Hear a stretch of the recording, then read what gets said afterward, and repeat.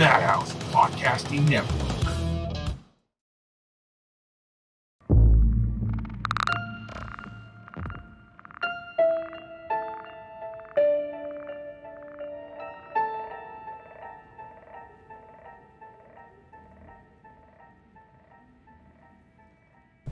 Hey, how's it going, everybody? Thanks for tuning in to another episode of Behind the Mask. I am Scott with my boy Jeremy, and we have a very special guest and longtime friend of mine, Gloria Haro. Hello. The bride of Ghost Town. How's it going, Glo? It's going pretty good. How about yourself? Good. It's been a great day so far. Thank you. Much appreciated for being willing to come on and talk shit with me and Jeremy. Of course, anytime. So let's just get right down to nitty gritty. Okay. We want to know what your history is at Haunt from the very beginning. So let's talk about your first year when you first came on to Haunt. Well, actually, let's go back even further. What made you decide that you wanted to be Scary Girl and why you chose Haunt? And we'll just kind of build from there. And I think that's always the best part of the story that I love to tell people, is because I never planned to do that. It was never even a thought in my head. It wasn't even something that I aspired to do ever. I mean, I always loved the event and I would go, and I've always loved Halloween. I always loved horror movies and stuff like that. But I never once was like, oh yeah, I want to work there. Like, that wasn't even a thought in my head. I ended up there with a friend who was applying for a job. And I was just kind of there to accompany her while she did that. And she was all nervous and she asked me, well, why don't you just apply with me? You're already here. And I was just like, I don't want a job. Like, you crazy? Like, no, I'm good. And then she's like, come on, like, just try it. I was like, okay, fine. Like, I'll humor you. And so I ended up applying, and I was going to get hired on just for regular, knots and whatever.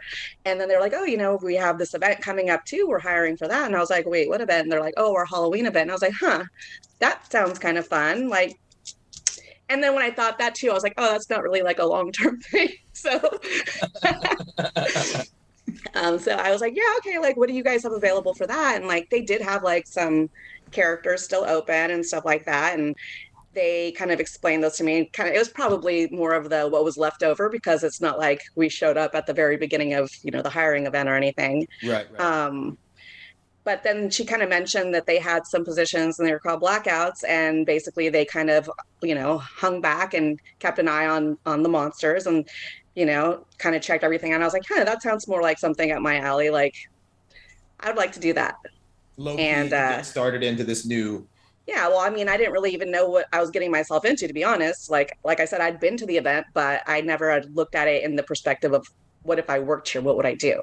Right. So with that being said, I thought it would be really interesting to be able to go and really, kind of see the behind the scenes, portion of it, and kind of see what these people did, like, to be able to put on this type of show for people and being able to be the eyes, watching their backs and stuff like that.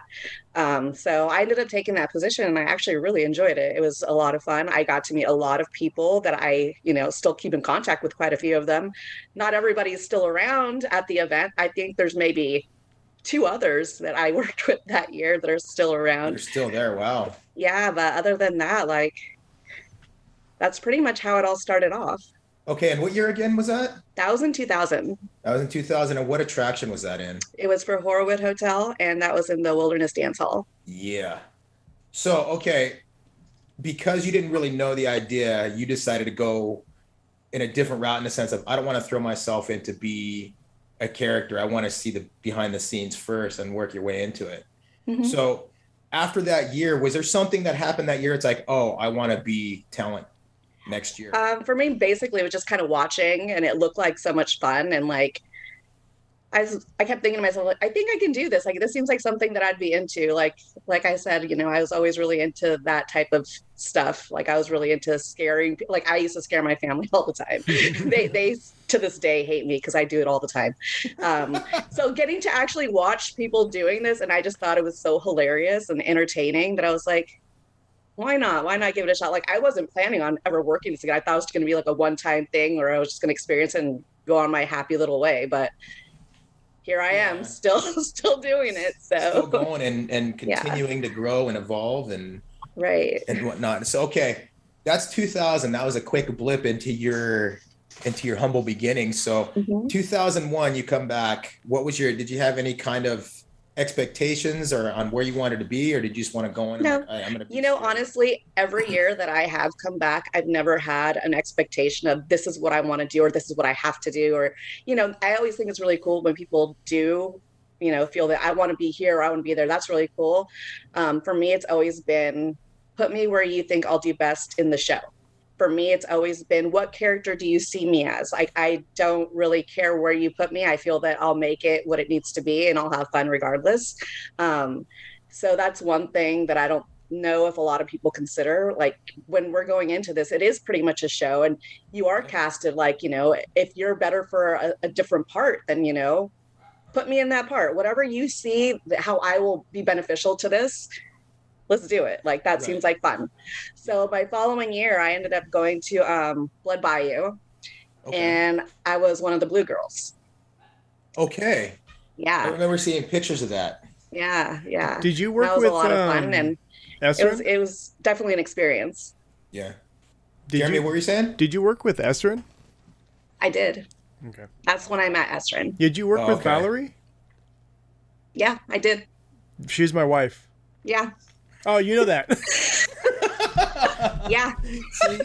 Dumbass. What? I don't know. Shoot.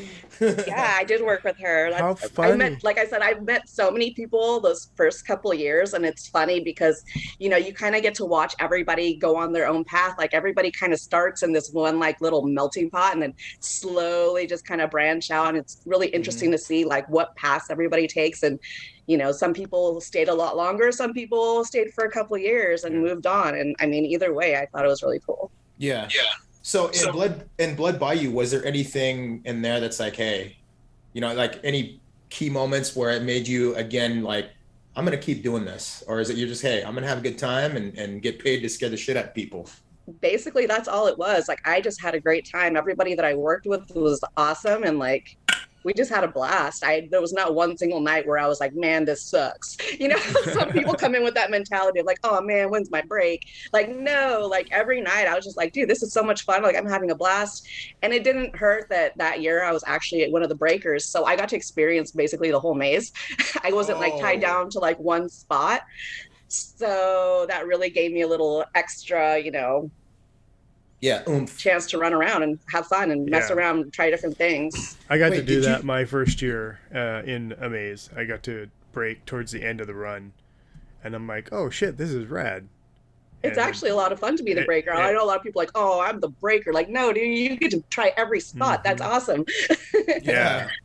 That's what people forget. They don't get that they're not pigeonholed into one section of any area. Right. I always say, 3x3 box, that's not fun. That's how I started. When you're a breaker, you get to move from room to room to room in every position. Right. Did you meet Chase Culver that year too? You know what? It's been sometimes it feels like a blur. Yeah. It's like I've known these people for so long. It's like, when exactly did we meet? It quite possibly could have been that year. Because I know he was one of the pig boys. Yeah. You know what? I think it might have been. Okay. Yeah.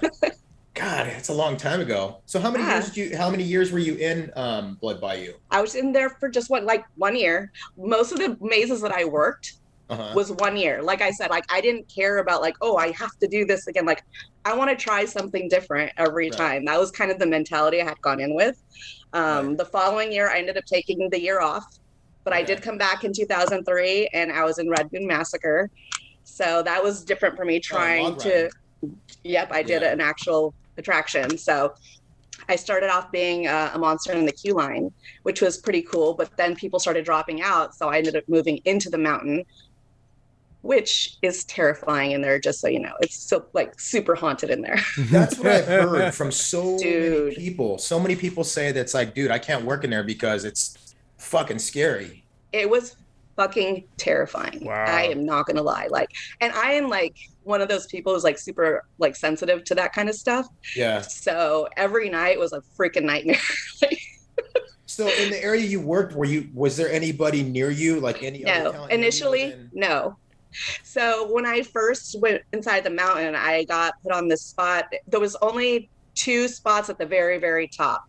One was like inside, one was outside. I was in the one outside and I was by myself.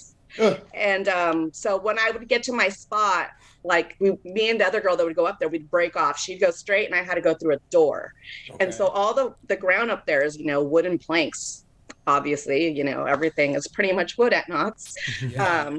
So I would go through this door and I'd have to clip myself off because, we're obviously near a ride path and everything. Yeah. But I'd be out there and, the logs would just be going by in the flume.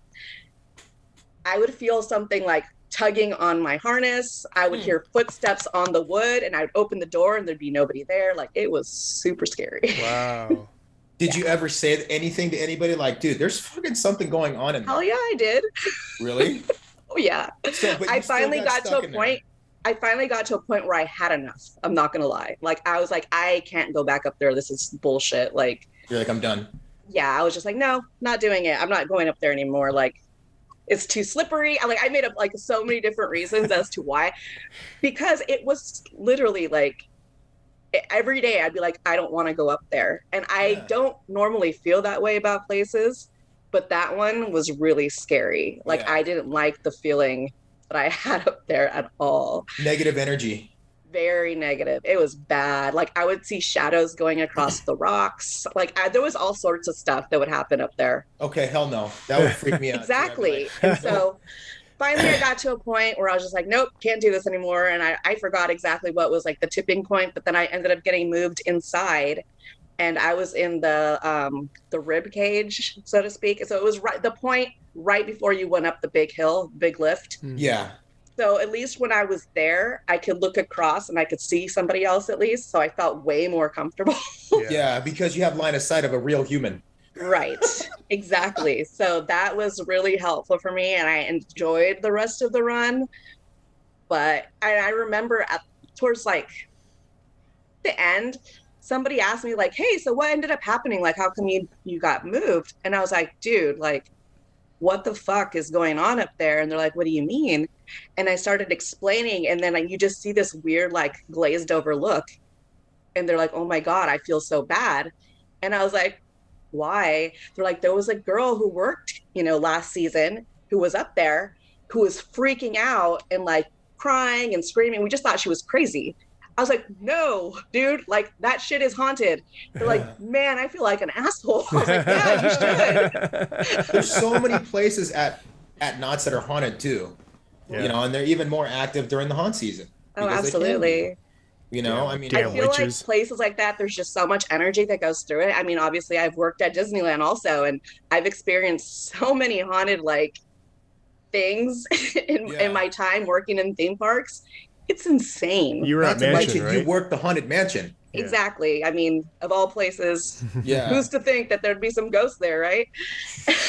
Yeah, that's crazy. I just watched an attraction thing on that today.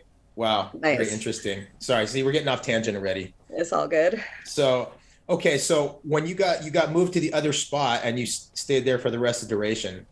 Now, I hear good and bad things about Log Ride, like, oh, this attraction sucks because you can't move around, and some are like, dude, it's great because you feel a little bit protected and you can do things, and not be in harm's way. What was it like for you? Like, I loved it. I thought it was a lot of fun. After me- you moved out of that spot. After I moved out of that spot, which was really shitty, I had a great time. Like, I think it was more of a challenge trying to find things that would work. And for me, I liked that. Yeah. I like being like, okay, what am I going to try today that's going to be different? And like, I had so much fun because when I was in there, I was the Little Red Riding Hood character, right? Right. So like where I was harnessed off was on the wall, and then there would be the logs going by about to go up the lift. So I would get my giant cape and I would like kind of wrap it around myself so they couldn't even see me, and I would like fling it open as like the logs were going by, and it would scare the shit out of them. So it's like just finding things that would work. It was a lot of fun. You have to get more creative when you're in a small spot that you don't have much movement. Yes. So, I mean, I get that big time. Mm-hmm. So is this another attraction you only worked 1 year? Yeah. Damn. So that was Okay. 2003. The following year, I went to She's fucking Jaguar. going through her shit like this, like boom, boom, boom. Damn. I've been everywhere. That's we the want point. all the stories from all your attractions you work. So if you Well, we don't want to if- make if- this a 3-hour thing, bro. Yeah, know. let's not do I that. know, right? We'll do a True. part 2. Okay, you know what we'll do is we'll get through your early years, and then we'll get to the meat of your Shit. career. The meat So it's- of the existence. Yeah. So, So 2004 Jaguar. was Jaguar. Most Okay, so tell us about the Q line that is Jaguar. So you know what's really funny about this one is that, to be honest with you, for it being what it was, I probably had the most freedom and the most fun working at Jaguar. It's just going to sound absolutely insane. But the person who was my talent captain that year was just like super chill and laid back. And he saw that I kind of obviously had an idea of what I might be doing compared to that. There was a lot of newer people, obviously, that were working the attraction. And I was just having so much fun with it that he was like he would get pumped up just watching me. Like he would think it was just so hilarious that he would kind of let me do whatever I wanted. Because I was supposed to be in this one like weird, like next to this statue, like standing up on this, because that was my character. It was like this like Aztec goddess thing, right? It's supposed to kind of look like From Dusk Till Dawn kind of look, but it's like, Right. you know, Sort of, yeah. yeah, it was like kind of that feel, but then not. So it was something. And the whole reason why I even got into that character is because I don't even remember who it was, but one of the designers was like, will you please just take this character? Like, you'd be doing us a solid.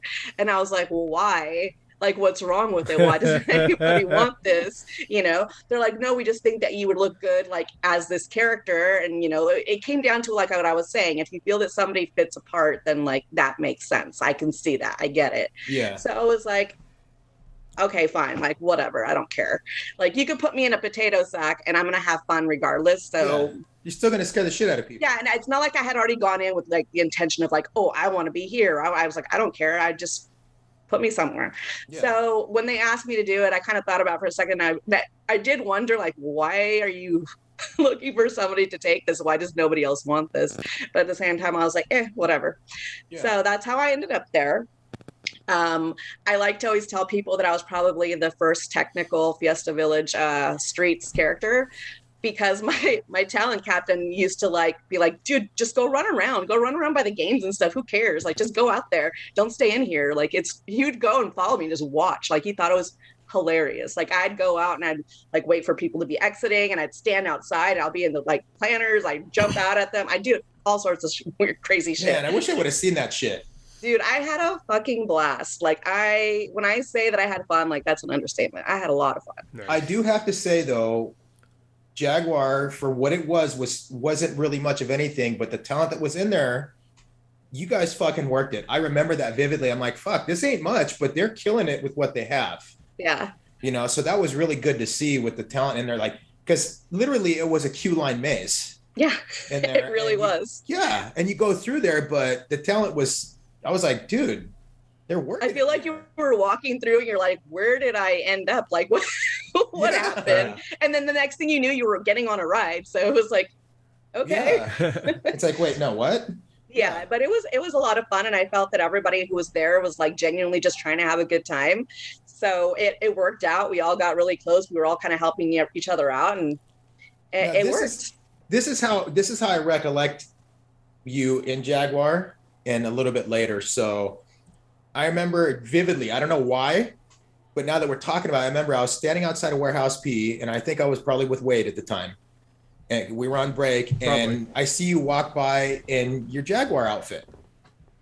And it didn't click to me who you were until I saw you much later as the nurse. I'm like, hey, that's the same girl. Crazy, right? Yeah. It's totally crazy. That's really crazy. Yeah.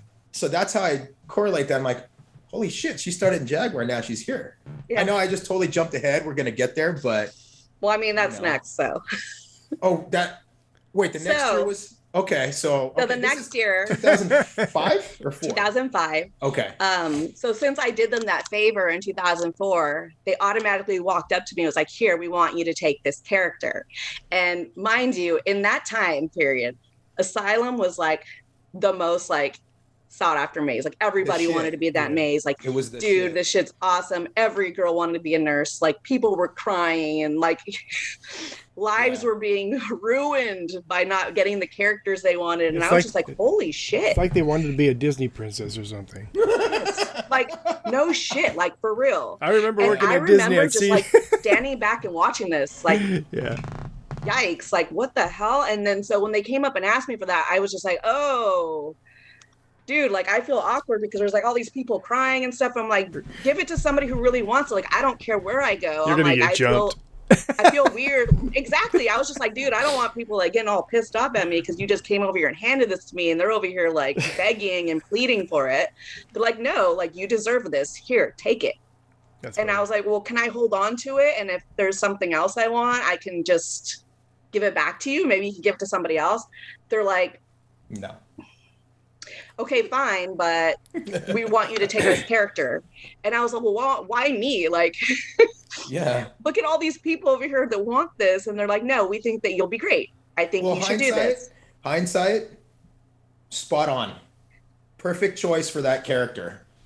You know, I mean, dude, every time we went through there and saw you, you were, and this is all stuff that I recollect from me when I was talent and then going through on off nights, spot on. Like you were on point every time we went through there, whether it was creeping him out by just saying something to him, looking at him funny when you couldn't see it with those damn contacts, or you just legitimately scared the shit out of people. You know? Well, thank you. Yeah. So, Yeah. you know, So- okay. So you're a nurse now. I have to throw this in there because this is where did your haunt name Poison start to come in? It was around that time. Because of the nurse, huh? Mhm. Okay. Yep. That's what I was thinking. Cause I was thinking syringe and Yeah. type Yep. of thing. Yeah, that's pretty much it. So, okay. Did you take that name yourself or did someone like, dude, we got to come up with a name for you? And I mean, it just kind of happened. It wasn't like, some people try to make things happen. mhm. No, it just happened and it just kind of stuck. It was like, okay, cool, I guess. It works. Yeah. Yeah. And this is the other funny part is that when I got to that maze, I stayed there. Now, every other year, like I jumped and jumped and jumped. I stayed there for 4 seasons. Yeah. I went from 2005 and I finished it out when it ended in 2008. Yeah, that was a good maze though, and that's where you met. Let me think of all the people that you met that I probably know. A lot. Chase McCullough, Mhm. Nikki Joe. You met Andy in that maze too, right? Yep. And Nelson. Yep. God rest his soul. And I'm trying to think who. Sarah. Was Sarah Sarah Elgin? She was already out of that maze at that point, but I mean, Okay. she was there before. Yeah, I know there's a long list. I can't keep track of it. there's a lot of people. Yeah. And I know that's where you created a lot of tight bonds with those people too. Yeah. Because you guys were all We were all really, really tight. Yeah. And I think that's really what also caused me to come back because I felt connected to these people and we all kind of had each other's backs. And it was more than just coworkers, Yeah. we were actual family. Like it was really interesting, the Yeah. dynamic in there. So wait, Asylum went down and they changed it to lockdown, right? Mhm. And you were already out of Asylum. You didn't come back to lockdown, correct? Yep. Okay. So you just went through, like you said, 2005, 2008. So we fast forwarded.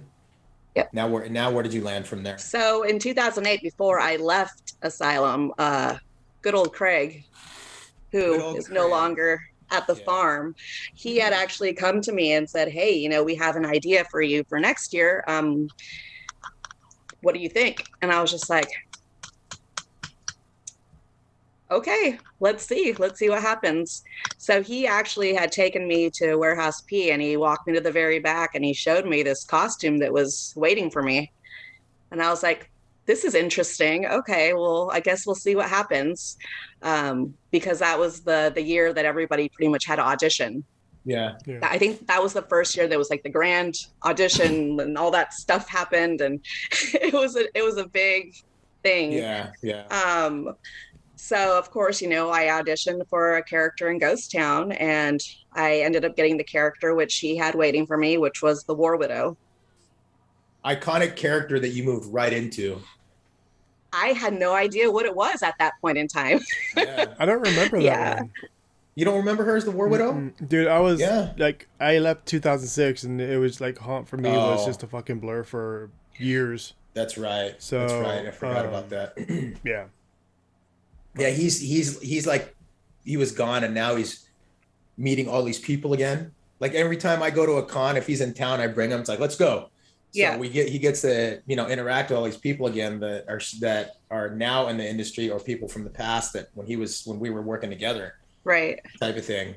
So, okay, you're the War Widow, and were you that for 2 years? 2 years, yeah. So for 2009, 2010, and then the following year, I ended up auditioning for a character in Necropolis. Yes. So I ended up going to Necropolis, and my character was a nurse again. Mm-hmm. So I played that character for 3 seasons. Yeah, and it was a quote unquote vampire nurse, right? Yes, I was a steampunk vampire nurse, and my costume that was /nurse was also. So in Necropolis, it was different. It was like a whole society. Those that don't know, what area is Necropolis? Necropolis was in Camp Snoopy. Okay, that's what I figured. Yeah. Yeah, and so in Necropolis, there was different tiers of there was the aristocrats, which were the top of the chain, right? So my character was technically an aristocrat. Okay. And then there was there was hoarders, there were ladies of the night, there were just pretty much townsfolk. It was very interesting, just the way everything kind of worked out. Yeah. So sometimes I would play more into the being aristocrat. Sometimes I play more into just being this crazy nurse that I had been for so long, and kind of drawing from that. So it was a lot of fun, actually. I did enjoy it. And I've always had a thing for vampires, and I never did work in a vampire maze. Weird, I know. But it seems like everybody's worked in a vampire maze. I even worked in a vampire maze. I worked in the first one they had at Knott's. Did you? I didn't know that. Yeah, from he's old, remember? Like you did for Asylum. I worked in Lair of the Vampire from 91 to 94. Now it all makes sense. I know. That's probably why we get along so well. Probably. Weirdo. Yeah. So, okay, you're an aristocrat. Right. You're basically upper echelon. And for the viewers that don't know, it was very clear by the costuming too. The people that were below aristocrats the costuming wasn't quite as, what's the word I'm looking for? Victorian type, very clean and you could just tell the costumes look very regal, very that's fancy. They were. It's really cool. I actually got to purchase my costume, and I have it sitting in my closet right now. Wow. You do? I do. That's awesome. Yeah. How many years did that run? 4 years, you said? It was 2010 through 2013. Okay. And then it changed themes again. It did.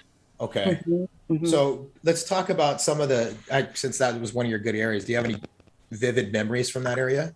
Stories? I mean, everything's kind of a blur, to be honest with you. It was a lot of fun. I remember, honestly, though, my first season being over there was a little overwhelming for me, just because I went from being in Ghost Town, which was gigantic, to going to Camp Snoopy, which felt like a driveway. Yeah. And in that time, I was so used to being everywhere and doing laps and so being put in this, it felt like a tiny fishbowl. I was kind of oh God, I don't know if I like it here at first. And it sucked to be able to think that way, because I was I don't want to fail at this. Yeah. You know what I mean? I don't know, for me, it was a big deal to I have to do good and I have to enjoy this, but I was having a really hard time kind of finding myself, because it was so different for me. Kind of claustrophobic. Yes, very claustrophobic. And I think that's something that a lot of people don't take into account when they go from zone to zone, that things are so different. Say going to Forsaken Lake, I also look at that as just a one long stretch. Every scare zone is so different as far as the atmosphere, the lighting, everything is so different that trying to find your place and figure out how this is going to work for you is actually a lot more complicated than it may seem. Well, the vibe of the every zone, every maze, everything, like every attraction has a different dynamic, and the people in it that make that dynamic. And I think that that's a big reason why it kind of, not so much that it turns me off, but it kind of annoys me a little bit when you have somebody who comes from another zone and you try to help them out. Like, 'cause I know that you haven't worked in this zone, so hey, let me help you, like, you know, let me show you the spots that are fun, or let me show you. And they're just kind of like, well, I've done this. And you're like, okay, man, cool. Do you? Like, I've been here for 10 years. And I've seen a lot of people who come in with that type of mentality kind of end up lost amongst everyone else because you know what you're doing. So yeah, and I know, and I know exactly what you mean too, because the years I was there, when I moved into management, and people come into Ghost Town from a different zone, those who are people I watch, stellar talent, but they start out completely lost, right? You know, and then once they get their feet wet, and it's like, oh, a light goes off. You know, there's a good handful of people that I can remember. It's like, hey, I give them 3 days. It's like, hey, what's going on here? You're looking a little rough, you know, and then we start talking. It's like, okay, now I know what's happening. Let's work on it to make it to where you feel comfortable, right? You know, and go from there. And then they do turn out to be stellar talent. You know, once they loosen up a little bit and they really start going, dude, this is a huge area. There's so many places to work. Okay, so you were in Necropolis for 3 years, and then I took another year off. Yes. And when I returned, I got cast into this little group known as the Deadly Seven. And I think I was cast for the perfect part. I don't know why they would ever think that I would make a good Wrath, but gee, I wonder.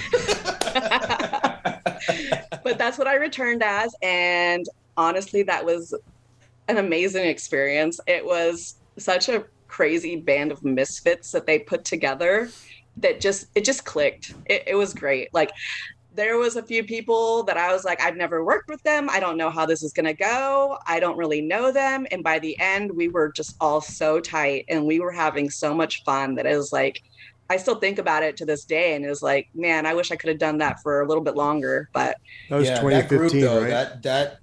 That group, the Deadly Seven, was like, I remember seeing you guys the first time and I was like, you know, watching you guys, I was there working obviously, but watching you guys, I'm like, okay. And then as time progressed, you guys started evolving and getting better. They loosened up the reins on us a little because, well, let's say this, we were sold one animal and then we were told to do something else, and then we all kind of pushed against the tide, and they ended up kind of being okay with some of our shenanigans that we were up to and kind of let us do it. Shocker. Shenanigans. No, but that was another, see, this is the thing. It's like, now I'm looking back on it too. It's like these characters that you've had are all perfect fits for what you bring to the table, you know, because every time you get a character that I've seen, like, just so everybody knows, Glow and I go back a very long time. So I've seen her in all these different characters. Every time you have a character, you create it to make it your own. And I've seen that in every single character you've done after you and I met. Is always something that you evolved into. It's like, okay, this is something that she brought to the table and she is driving this thing in the direction she wants it to go, you know? And that's awesome. I feel like that's the best way to really make something feel authentic and like make people feel what it is that you're trying to make them feel, you know? Like, obviously if I go in and try to do what, you know, the last person did, what am I really doing besides giving people a reason to compare me to what the last person did and how I'm not doing it right? You know, like, that's the way I look at it, at least.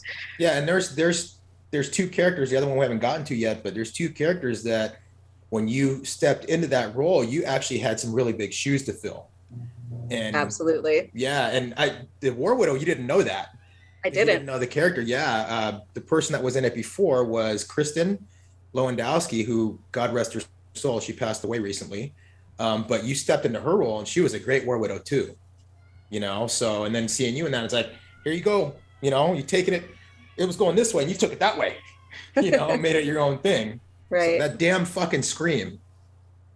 I remember that vividly. So, okay. Okay, so Necropolis, you took a year off. Now we're getting into the meat and potatoes of where you really Where I'm start at to now. shine. Yeah. Yeah. So let's what year is this? This is coming up on 20. So 2015 was Deadly Seven, and then the following year, leading up to Haunt, Yes. this is when I was asked to do the big promo that we were doing for the park, and they were featuring all of the scare zones.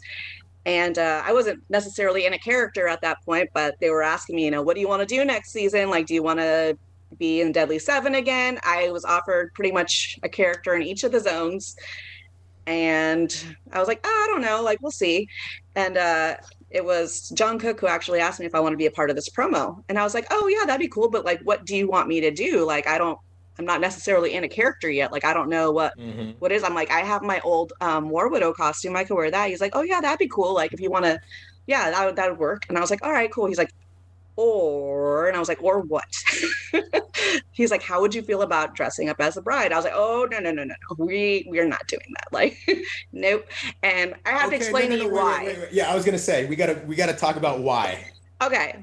I know I've talked about this before, like on other podcasts and stuff, but like, it still stands 100% true. Like, that character I've always held in such a high regard. I couldn't see myself as that character. And it's a really weird thing for me to try to like explain, especially now that I feel that I've like kind of established my own version of it.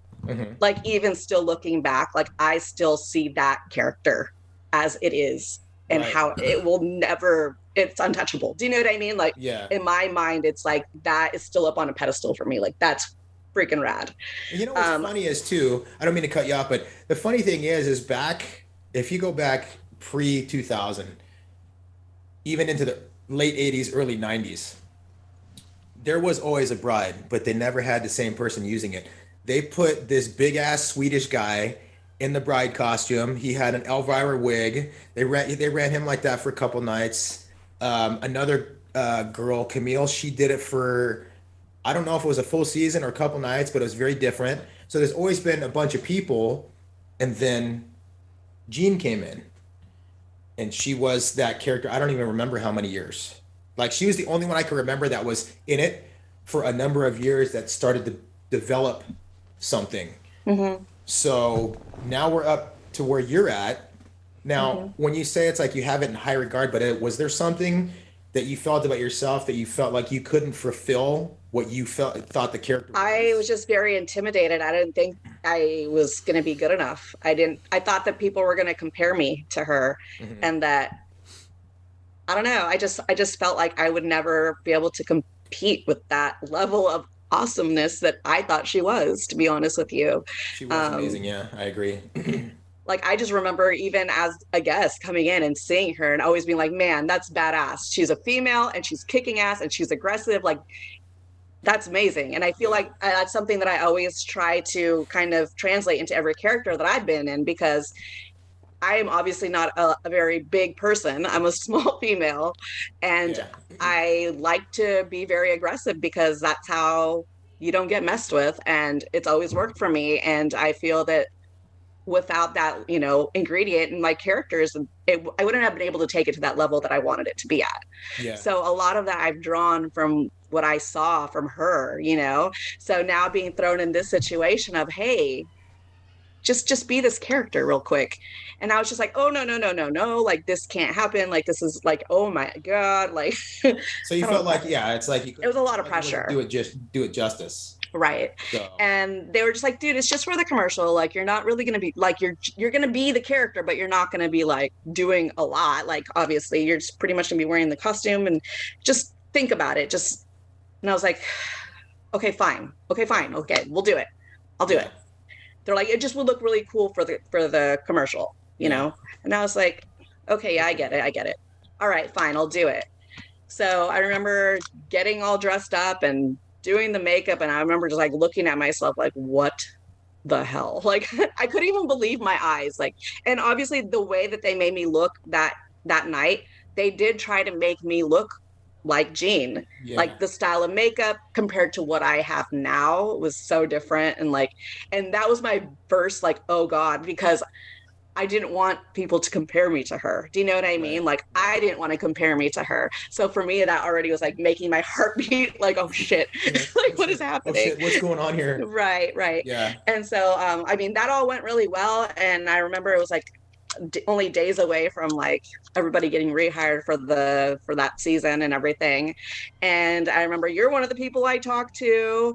I talked to John Cook. I talked to my good friend Nelson, and like I was just like, dude, like I don't know what to do. Like I've been asked, pretty much, what do you want to do? And I had all these different, ideas of things I could have done.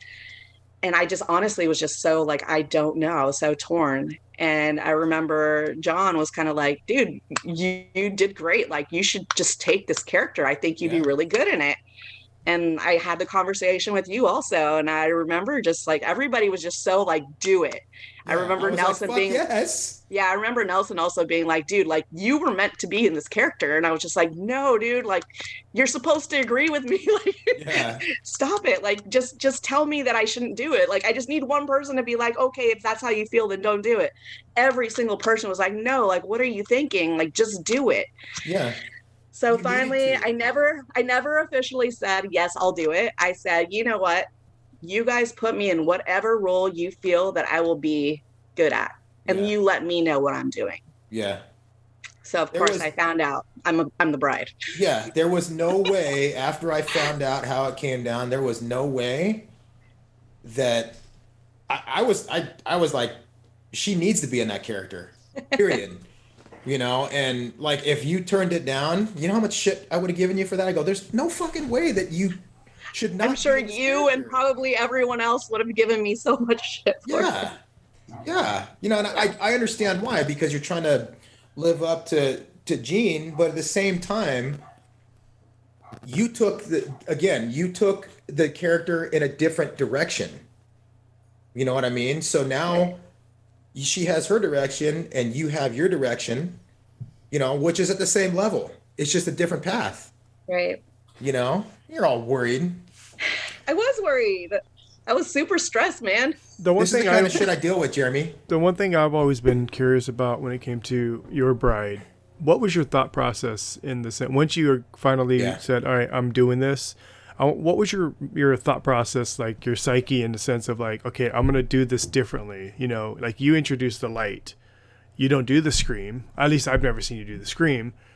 You do more of like a creepy stalk. Like, what was your thought process on taking the character to a different direction? So basically, right away, like I was saying, is like, if I don't want to be compared to this, other person constantly, I need to find ways to make this my own. And that was ultimately my first thought. Like, what can I implement into this character, which I think would make it stand out, but not in a way of, is it better or worse, just different, just so that you can't be comparing, apples and oranges or apples. You know what I mean? Like, no, we can't do that. Like, it's not going to work. The candle came about because I worked at the Haunted Mansion and I always loved the bride in the Haunted Mansion. And I loved that original bride holding the candle. And so I was like, that'd be really cool. And I remember actually talking to my friend Nelson, and he was like, dude, how badass would that look if you were holding the candle? Because he knew how much I love the Haunted Mansion. He's like, do you know how creepy that would look with that light just like glowing on, on you? I was like, dude, that'd be badass. Like, you know what? That's a good idea. I'm going to do it. And so that's kind of how the candle came about. And I thought that that'd be something different that wasn't used before. And I feel like before I had that candle, like there wasn't a whole lot of people walking around with anything that was illuminating themselves. Do you know what I mean? Yeah. And I feel like since then, like it's kind of evolved, and a lot of people have that now. And I think it's cool. Like at first I was kind of like, wait, what the heck? Like bunch of copycats. All of a sudden everybody's got a candle. Like yeah. Yeah. The only one that tried to do that was Steve Pedersen when he was Resnick still, before the Deadly Seven, but he had a lantern. I remember it working for a night, and then it just stopped working. So it was a different style because it wasn't lighting him up, but he was holding something. Not to mention he was a powerful slider, so it's hard to slide with a giant lantern in your hand. Yeah. For sure. I mean, it's really no different than Haystack, Daryl, may he rest in peace, doing the blue eyes. The eyes were Because once awesome. he did the eyes, a lot of people took Yes. that and ran with That's it. something I do remember from like the early hunt, or my early hunt days, is seeing all the guys out on streets with the light up eyes. Yeah. And I thought that was badass. I was like, man, that's so cool. It just takes one Yeah. person, yeah. you know. Yeah. So I never had light up eyes. I can't wear I could never wear contacts because my eyes are too sensitive. You know. Okay, so you wear those whiteout contacts, I do. right? So I'm not gonna lie, that does creep me out a little bit, just a little bit. Even though I know who's under there, it's just it creeps me out a little bit. What's your vision like in those things? I've gotten really used to wearing them. Okay. So honestly, like they don't impair my vision very much. It's not that It's bad. kind of like a light fog. yeah. Oh, okay. I mean, it's already foggy out, but Right. like let's say that you're looking through a screen, you know, like a screen door, and you're standing really close to it, and you could kind of see the screen, but not much. That's pretty much Gotcha. how I see. Now, if a light hits my eyes, I can't see anything, which is why I get really annoyed when people come up with their cameras or their flashlights or whatever, because I literally will go blind for a second. Like it sucks. Because your eyes are dilated Right. anyway, right? Yeah. Oh my God. Ugh. So Yeah. did you have like, was there any thought in your mind to even possibly do the scream, or did you just say I'm not going to do it? I didn't want to do anything closely to what she does. There's certain things that I do that I remember she would do. Like every now and then you'll see that I'll go and stand where she used to stand over by the flagpole. Right. Mm-hmm. I love to do that sometimes, like when people are first coming into the park, like I'll go and I'll stand up there and I'll kind of do a little bit of that. Paying homage. Exactly. You And then you- I do scream. I do scream quite a bit, Okay. but it's not the same as what she did. I've never heard you scream, so I didn't think I you don't did. necessarily talk at all. I've kind of played more into the creepy value. I kind of, that's more my style. I've kind of taken. I've where seen- I like to creep people out. Yeah, you Well, it works. kind of creep like her a little bit. You kind of have that walk like that she had to when she would creep people out. I'm not trying to say you are like her, but That's the thing, though. It's It was a a little bit of character similarity. that's going to have similarities no matter who does it's it. just the way it is. Yeah. Yeah. Right. You know, especially it's an iconic character. You know what I mean? And how many years have you done that now? This is 20. I've done it 16. First- five seasons. Damn. So where do you see the future of the bride and you at Haunt? Do you see an end yet, or? Honestly, I'm kind of at the point where I'm taking it season by season now. There was a point where I said 15 years, we're done. Yeah. See how that went. Yeah. And now, honestly, I'm kind of reaching for the 50th, and we'll see from there. That's 2 years. Yeah. Well, 2 you never years. know. You might be working with everybody because we're all talking about coming back. That's possibly. honestly what my goal is at this point. I hope I make it till then. You will. It's only 2 years. We'll see. You'll be fine.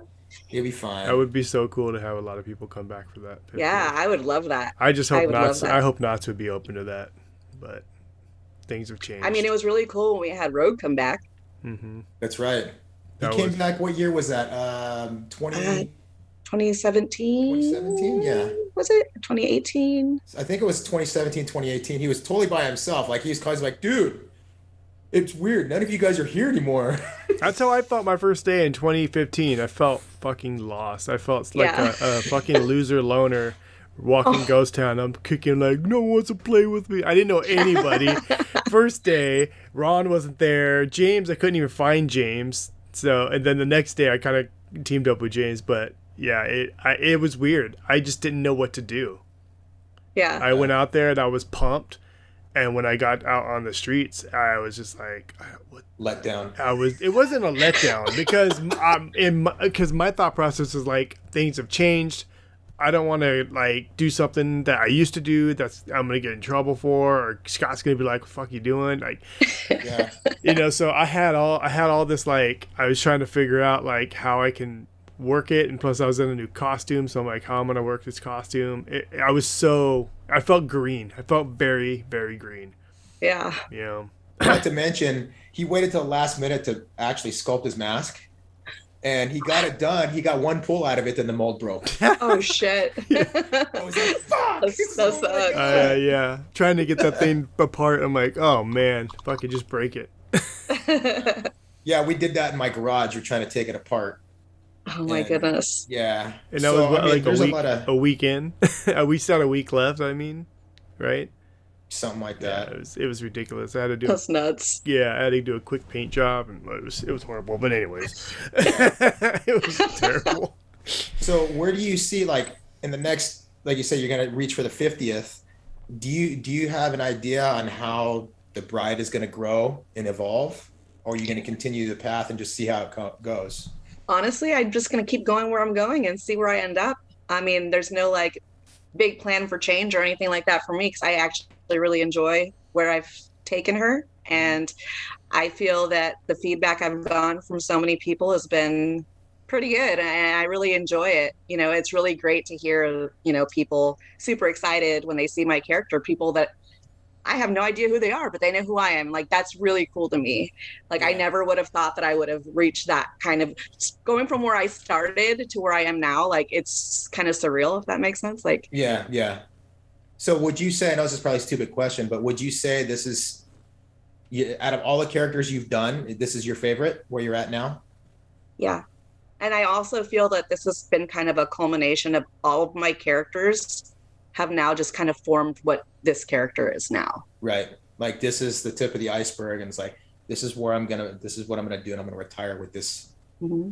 Now, I'm not gonna lie, I've had wild hairs up my ass that I've been like, you know, would be really cool. Like, well, I've had ideas to like venture out or try something else, but at the end of the day, what it comes down to is I really love this character and I'm enjoying it so much. And it's, I don't know, I just see myself ending my career, so to speak, with her. Right. You also don't want to lose her. Right. You could What'd do you it. say, We don't Jeremy? want to lose her in the sense of like you could decide to do something else and they can give it to somebody else and then they run. And you know what? I wouldn't be opposed to that. Like, I feel that if somebody else did want to take the opportunity to try it and maybe did something their own way, made it something really cool, I think that'd be awesome. Like, that's great. Yeah. It would be hard. It's always hard to see somebody else take something that you held really close and completely change it. But especially considering how you viewed it before you stepped into the role. Right. You know? But I think that if, you know, eventually down the line, they did find somebody who had that potential, like, why not? Yeah. That'd be cool. Well, I think, you know, but in 2015, we had a couple of people test it before it was given to you. But once I found out, that I'm like, nope. No, they did not. Nobody else. I remember that too. Yeah. Haley was one of them.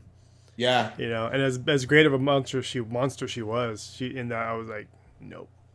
But look at what she did. I told Scott, I'm like, go tell her to take it off. Well, when she like, nope. when Haley went to the Hollow, she fucking crushed it. Well, that's what I'm saying. She's a great monster. Monster of the Year over there. That wasn't her part. Yeah. At all. I thought she was great in it, but once I found out you were on the block, I'm like, give it to her. Yeah. Yeah, Scott told me the next year that you were doing it, and I'm like, that should be good. Yeah. And it was. You killed it. I honestly think also, like, a lot of the people that I've gotten to work with over the years, people who I kind of looked up to, like when I was, you know, the new kid and being literally the kid. Yeah. Having all of those people reach out to me when they found out I got this character just like really meant a lot to me, because I know that they work closely with that character and they had the opportunity to see it and they've gotten to know me and they've seen what I've done, and for them to be able to reach out to me and say so many nice things. And even after seeing me in it, like, it was almost like a breath of fresh air, and I felt so relieved that I didn't completely fuck that up. You know? Yeah. And that's a good, the good thing is that you held that character in high regard, because it constantly kept you pushing forward. It's like, I need to continue to create to make this character my own and make it as good, or, you know, on the growth path, you know, in a different direction. So the only thing that sucked is, like, I got to work with Jean for a number of years as the bride. I never got to work with you as talent with you. I know. I was only your boss. It's true. Yeah. So, you know, but at the same time, I got to see you work every night. Yeah. You know, so that's a close second place. So, okay, I know you do stuff for the park outside too. Do you want to touch on that a little bit and kind of talk about what you do now and Sure. whatnot? Because this is all kind of on the creative side too. So I kind of wanted to touch on that. So, I mean, year round, I still work at the farm. I'm a scenic painter. So basically, what that means is that I am a part of painting all of the shows and sets, and of course, the mazes that everybody gets to see every year. It's a lot of fun. It's something I really enjoy. I get to use my creative and artistic side, which is something that I've always wanted to do. I've been doing this consistently for about 5 years now. Before that, I was doing it just seasonally. It's really given me the chance to see everything from every angle. It's been really interesting to be able to say, we put our blood, sweat, and tears into this event. And like, Literally. I get to, yeah. And it's like, I get to be a part of that aspect. And then I get to come out and be on stage and do it there as well. So I feel a very great connection to all of it. And I feel that that's my reason why I'm still around. That's awesome. That's right. I mean, those of you guys that are watching that don't know, like anything that's freshly painted with any kind of artistic drive, it's her or somebody on her team that does it. Yeah, we have a great team of painters, and I mean, we get really cool stuff from our design team, and like, we make magic. Yeah, quite true. I mean, I've seen what the painters do firsthand too during build, because as you know, I did props in 2016 too. Yeah, you got stuck in the thick of it with us. Wow, what a rush that was. Long nights, but damn, that was a good time. It at the end, it's just so rewarding. Like, we honestly go through some of the worst and best times during build, and it's stressful. It's hard work. A lot of people come in thinking it's going to be, easy. Like, no, you're in the trenches. And that end result, though, like just being able to see everybody just enjoying this thing that you created is just so rewarding. Yep, that's the payoff when everybody's like, damn. Yeah. Or they're like, everybody's out there, they're enjoying the mazes and they're getting the shit scared out of them. Yeah. It's a big it's part so of it. Cool. Yeah.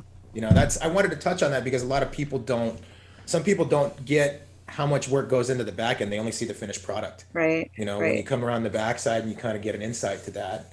Yeah. And your creativity too it has been sparked too, because as I know, you have a little creative business too, right? I do. I finally got to a point where, especially like during the whole COVID pandemic, I had a lot of time on my hands.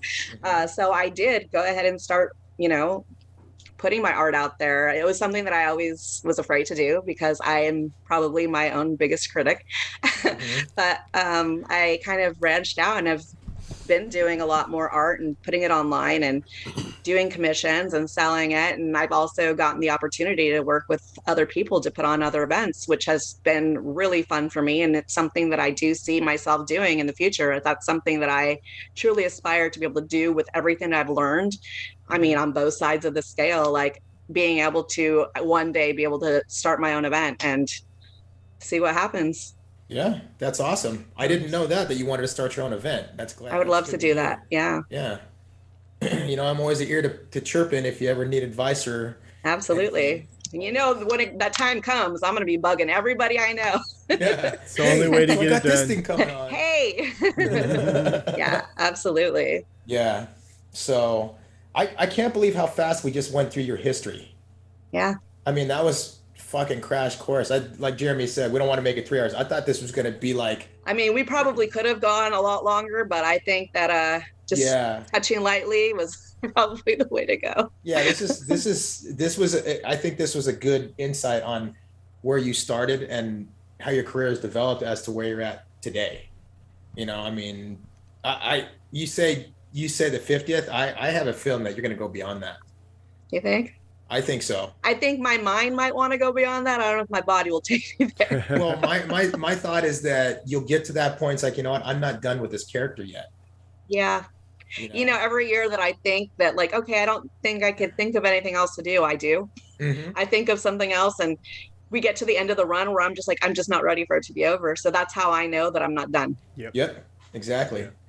It's like you said, I didn't think I was going to come back after your first year. And now look, you're 20 years in, I mean, And I feel like I have my hands more into everything than I ever imagined I would. You do, and it keeps you're getting more and more in the trenches. Yeah, and I feel like nobody really knows that aspect of it, which I mean, it's not like I have to go around bragging like, oh, I do this and I do that. Like, that's not really me. But the people who I do share that with, they're just like, wow, I didn't realize that you were that involved in, doing all of these different things. I'm like, this is why I feel so connected to all of it. And this is why, I'm still here. That's why. It's a grueling event, but when you're working for months ahead of it, for 12 to 18 hours every day trying to get the event ready, that's when people are like, holy shit, just being a character, a monster is grueling enough. But when you lead into that and when you're already working long nights, the upside is you're already adjusted to working hard nights, but the downside is you're completely exhausted all the time. You find the energy though from wherever to continue to go and give the best show you can every night for the guests. You dig deep. Yeah. I look forward to being a monster because I get to go home a lot earlier. Quite true. Yeah. That is true. You get to have a normal schedule. Yes, I do. Yeah. Consistent. And I know that sounds so strange, but it's true. Yeah, that's the thing too. It's like, I mean, you think of it that way, even when you have a day job, you're like, dude, I'm doing this. I can still get home at a decent hour. Yeah. But working a day job and doing haunt, that's tough. Rough. But super rough. A lot of people do it. Yeah. We did it for years. Yeah.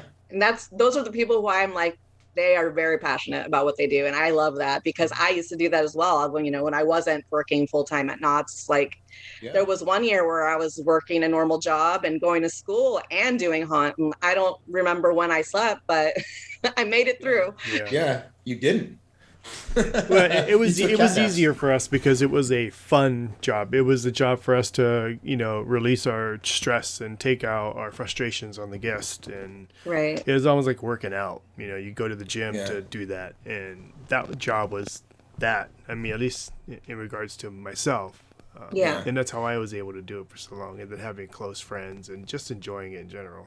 Mm-hmm. Yeah. I think that's really what it is. It's the friends and coming back for that. And for me, it's like therapy. It's very therapeutic to get out there and just let it all out. Yeah. I mean, I said this in I think one or two other podcasts, is that this year was the busiest year for me, but I was still able to visit Knott's 3 times, which is a rarity. And I visited Six Flags 3 times. And I'm not going to lie, between those 2 events, you fuckers made me miss being a monster. I'm not even kidding. Really? I was like, fuck, man, I wish I was geared up right now. What was it about it that made you miss it? I don't know. I've always enjoyed, ever since I moved into the management thing, I've always enjoyed just sitting and watching my people work. Right. Maybe it was just something that sparked in me because I had a bunch of my guys working there this year or whatever, and then getting to see, all you guys that I worked with before, but it's just something like, damn, I wish I was geared up and, get out there. The shit out of people with people, Yeah. I don't know. So, I mean, I always say it's not off the cards, off the table yet for me to ever be scary guy again. Just right now, I'm focusing elsewhere. Right. No, totally. You better do it before you break your hip. Damn. I'm good to go, dude. I'm good to go. We'll see in the 50th. We'll see who's running circles around who. Put your money where your mouth is. Oh, dude, I'm ready. I'll be really ready in 2 years. Maybe. I can't wait. I'll see you there. Yeah. I'll see you there. You better pick a character with a cane, bro. Yeah. I'll just walk up and line up. Hey, Glow. Or I'll go, hey, excuse me, where do I go to apply for this scary farm thing? Oh my goodness. Yeah, it'll be good. I think, like I said, we just went through all of your history real quick, and I know you're going to have more stories that you're going to end up telling me later. But I think we covered everything, except why don't you go ahead and plug your social media, especially your business, because you can do that on our page. Plug your Etsy. Yeah. So I actually have a Big Cartel, and Big Cartel, if you go on Instagram, it's Aura Foreboding Curio. Mm-hmm. And you might think that's an interesting name, but if you really know, It's from the Haunted Mansion. So, of course, that's where I figured went it with tied it. into that. I just didn't know for sure. Yeah. So basically on there, I post a lot of the stuff that I do, stickers, paintings. I do commissions if you reach out to me. I love doing character commissions. That's something that I've really enjoyed doing as of recently. Basically anything creepy. That's pretty much my thing. Weird, huh? I still want an Yeah. owl. No. You what? I still want an owl. She has an owl. I have one that's for you. super cool. I'll buy it Yeah. from you. Yeah, Look for at sure. that. She's got one for you, dude. She's holding it. I got one for you. Right on. Yeah, I'll buy Check that out. Yeah, it's really cool. Yeah.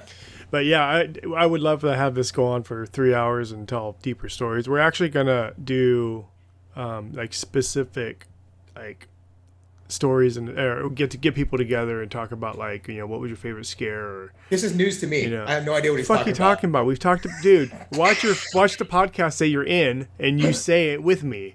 Old man forgot. Oh my god. Oh. I knew what he was talking about. I just wanted to see how he would react. Oh shit. So painful. Oh yeah. Yeah, after our hiatus, we have to go on a little hiatus because I picked up some More side work. gigs and Oh, I nice. just don't have fucking time. Between that Yeah. and family and training, I don't have time. Yeah. I get it. 2 for jobs. Gotta love Sure. Life gets crazy sometimes. it. Yeah. It does. It definitely does. And I'm sure it's crazy for you too right now with everything. Oh yeah. And little man and whatnot. So Yeah. But before we close this out, is there anything else you want to mention? I know you plugged your business account, which is great. You know, I mean, I've been watching that for a while, so it's pretty awesome to see, you know, what you make and the shows you've been going to and the stuff that you had up in the museum at Knott's, which is really bitching. That Mangler Asylum sign, holy shit. In case you didn't know, Jeremy, she made a Mangler Asylum sign. Yeah, I didn't get this past year. Yeah. Yeah, Yeah. I didn't get to see anything in there. Oh yeah, it was awesome. Really? Yeah, I didn't. I was stuck up north, man. I couldn't go anywhere. Oh, okay. You know. Yeah, I got to 2 go everywhere he 3-year-olds. didn't this year. You what? I said I got to go everywhere this year. He Yeah. didn't. Yeah, so I've pretty much just been doing the art thing, and then as of recently, I've been doing a lot of photo shoots. So I've been published in quite a Yes. few magazines now, Mhm. and Goth. I've been doing like Gothic Culture magazine and a couple of pinup magazines. Congrats on that, That's by the awesome. way. Thank you. That's Yeah, it's been really a lot of awesome. fun. Yeah, I've been seeing the pictures and stuff, but I don't think I've ever said congrats on that. That's pretty big, Thank you you. know, to be published and whatnot. So growth is eternal. I always say that, Mhm. and that's what you're doing. So I feel like in the past few years, I've just been trying to find what's the next thing for me to try. Why not? Like, yep, there's no time like now, right? right. That's the only way Can to never grow be- is putting your foot in keeping your feet forward and just keep Right. getting your feet wet Yep, and trying things that you don't think you'd ever do. yep. So okay, guys, let's go ahead and close this out. Glow, greatly appreciated that you decided to entertain us. Of course. You know, and come on, it's always good to see you. Watchers, if you like this, hit that subscribe button and press like, and follow us on our social medias, which you'll see. And other than that, we will see you on the next one. Yes. Adios, everybody. Yeah, thank you, Glow. Yeah, thank you.